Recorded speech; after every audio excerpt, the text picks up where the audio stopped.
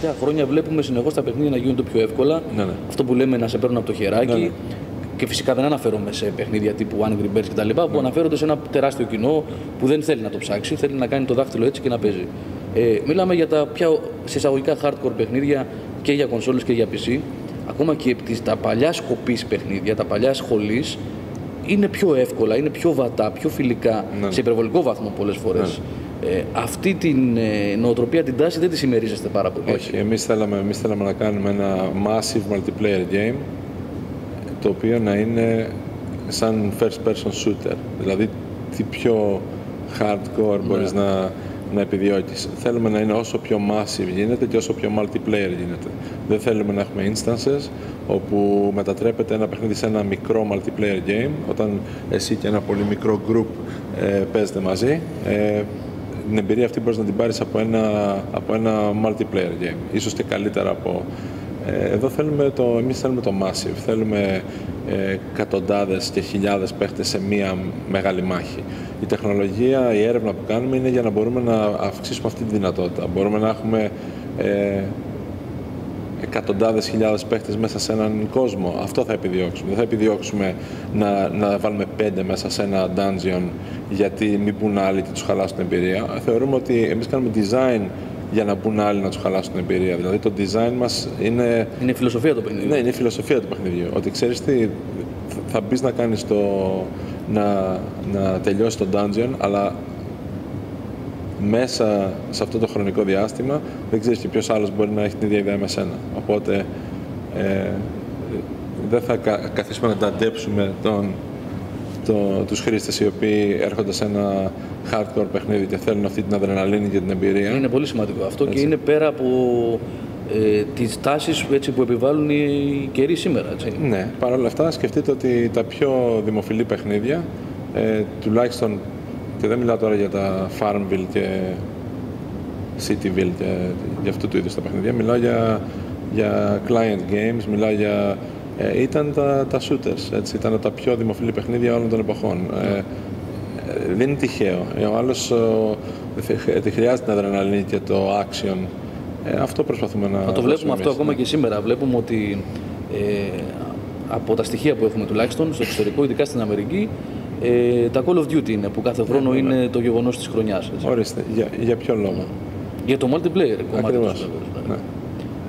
Αυτό είναι που θέλει ο κόσμος. Δεν νομίζω ότι οι gamers θα αλλάξουν κατεύθυνση και θα γίνουν πιο social. Όταν βλέπεις ότι το Farmville έχει πάνω από 200 εκατομμύρια χρήστες, δεν ξέρω που έχει φτάσει τώρα το νούμερο, δεν είναι χρήστες αυτοί οι οποίοι φεύγουν από το Call of Duty και πάνε να παίξουν Farmville ή από το Darkhold και πάνε να παίξουν Farmville. Είναι η γιαγιά τους η οποία ανακαλύπτει και το gaming. Έτσι, με ένα πάρα πολύ...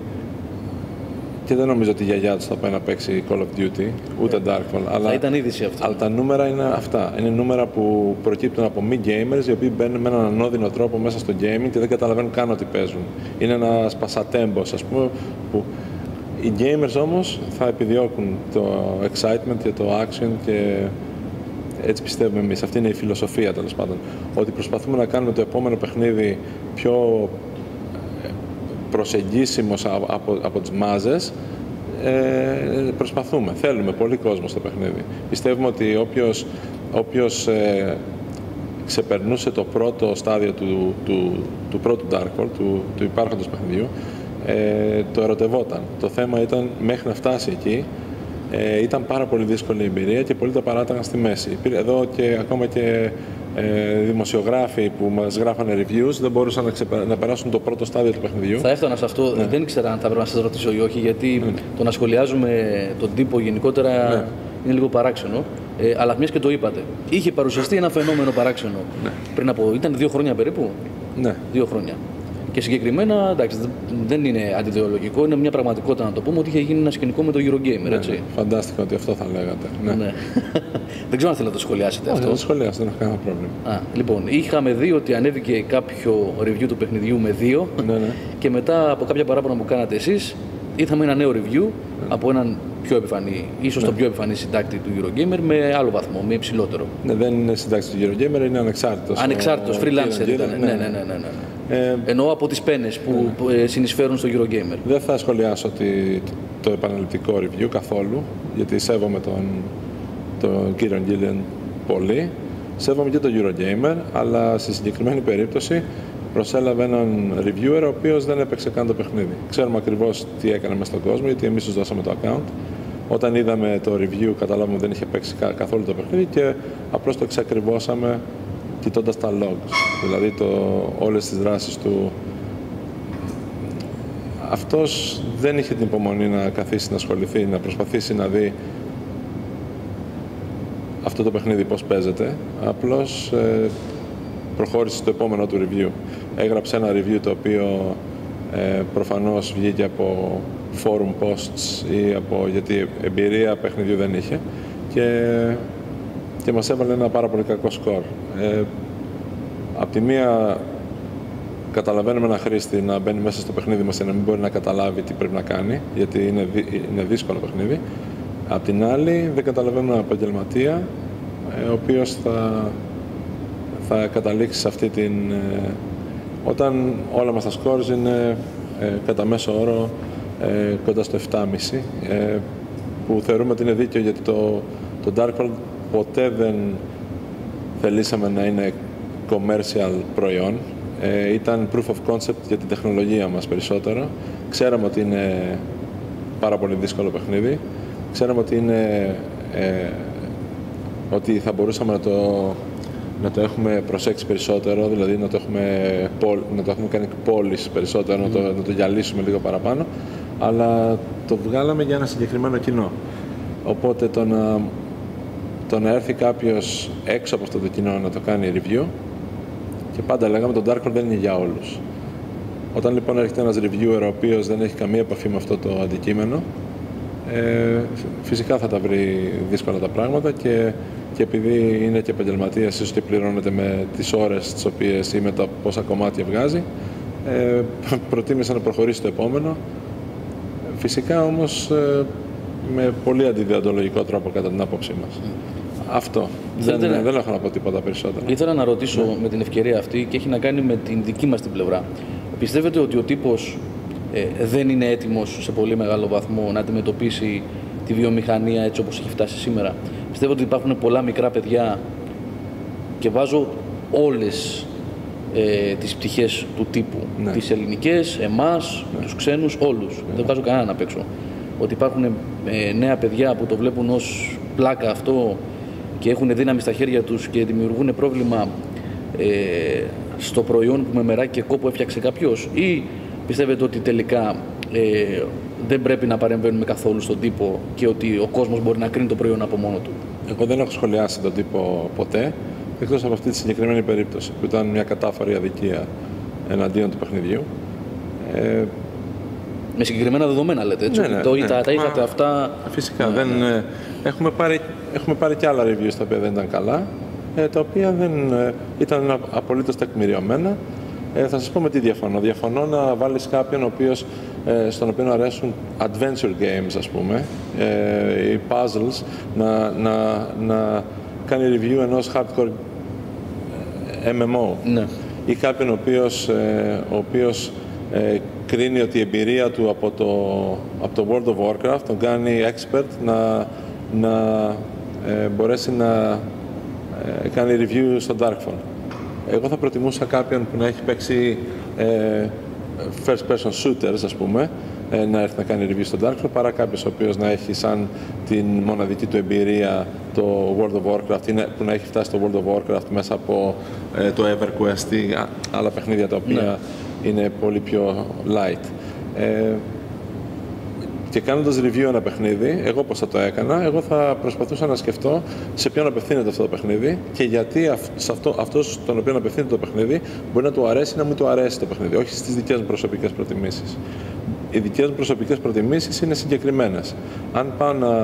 Αν πάω το World of Warcraft προσωπικά δεν μου αρέσει σαν παιχνίδι. Μου αρέσει μάλλον το εκτιμώ σαν παιχνίδι πάρα πολύ, αλλά δεν είναι το παιχνίδι που θα παίζω εγώ φανατικά. Παρ' όλα αυτά, θα μπορούσα να κάνω ένα πάρα πολύ καλό review του παιχνιδιού, σκεπτόμενος σε ποιους απευθύνεται αυτό το παιχνίδι. Θα έγραφα, και αυτή είναι η δυσκολία. Το να γράψω εγώ τι μ' αρέσει, τι δεν μ' αρέσει, δεν βρίσκω κάτι το ενδιαφέρον εκεί. Θα πρέπει να είμαι κάποια προσωπικότητα που να ενδιαφέρονται κάποιοι για μένα. Και είναι λίγο εγωπαθές και... Το βλέπω να συμβαίνει αυτό. Ναι. Γιατί να ενδιαφέρομαι εγώ ποια είναι η δική σου προσωπική άποψη για κάποιο παιχνίδι. Με ενδιαφέρει ποια είναι η επαγγελματική σου άποψη για το παιχνίδι, η οποία θα πρέπει να προσαρμόζεται στο target audience στο οποίο απευθύνεται το παιχνίδι. Έτσι πιστεύω εγώ. Εγώ έτσι θα την έκανα αυτή τη δουλειά. Και όταν την έκανα, έτσι την έκανα. Μάλιστα. Λοιπόν, κύριε Φλάμπουρα, να περάσουμε λίγο πάλι τώρα στην εταιρεία, στην Aventuring. Ναι. Και στη δομή της. Πώς είναι αυτή τη στιγμή, πόσους ανθρώπους απασχολεί.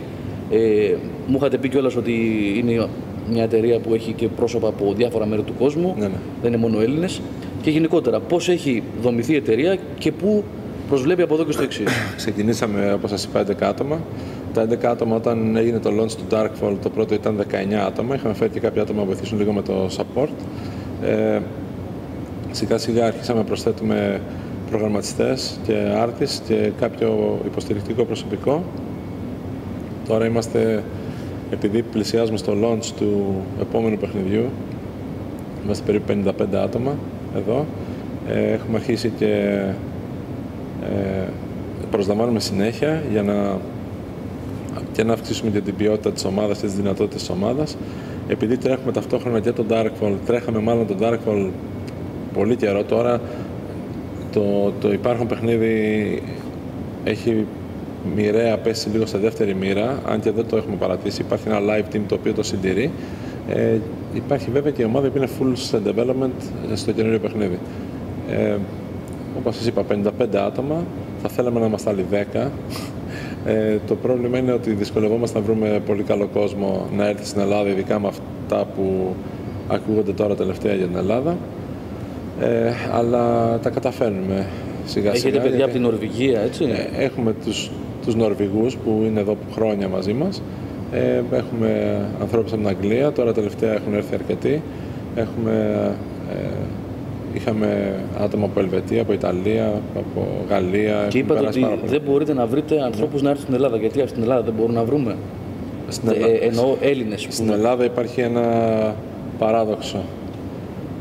Υπάρχουν κρυμμένοι κάπου κάποιοι εξαιρετικοί προγραμματιστές, ίσως παγκόσμιας κλάσης, οι οποίοι δεν έρχονται να μας δουν ή δεν τους βρίσκουμε ή τυχαία τους ανακαλύπτουμε, και υπάρχουν άλλοι οι οποίοι δεν είναι καλοί. Και αυτοί έχουν βγάλει την ίδια σχολή, ας πούμε, δηλαδή ακριβώς την ίδια σχολή. Είναι το πόσο ενδιαφέρεσαι για το αντικείμενο. Μιλούσα χθες κάπου και το ανέφερα αυτό και είπα ότι ο lead programmer μας εδώ είναι Έλληνας και είναι ένας από τους καλύτερους προγραμματιστές που έχουμε συναντήσει. Ο πρώην lead programmer μας, ο Τσέτελ, ο οποίος είναι και ένας από τους Νορβηγούς συνεταιρούς μου, ο οποίος τώρα έχει αλλάξει πόστο και είναι CTO, κάτι το lead developer, δεν έχει σημασία. Είναι από τα 12 δίδασκε την τάξη της πληροφορικής στο σχολείο του. Είχε φτιάξει παιχνίδια. Όταν ήταν στο στρατό, αντί να λουφάρει, έφτιαξε ένα σύστημα επιτελικού σχεδιασμού, το οποίο χρησιμοποιείται ακόμα, ας πούμε, από το ΝΑΤΟ. Είναι άνθρωπος ο οποίος ενδιαφέρεται βαθιά για το αντικείμενό του και το έχει καλλιεργήσει από μικρή ηλικία. Όταν κάτι καλλιεργήσει από μικρή ηλικία, φτάνει ένα σημείο στο οποίο είσαι expert σε αυτό και μπορείς μετά από την εκπαίδευσή σου στο πανεπιστήμιο να πας να ξεφύγεις πια. Εδώ περιμένουμε να τελειώσει το πανεπιστήμιο για να ξεκινήσουμε να ασχολούμαστε. Αυτό είναι ένα τεράστιο πρόβλημα.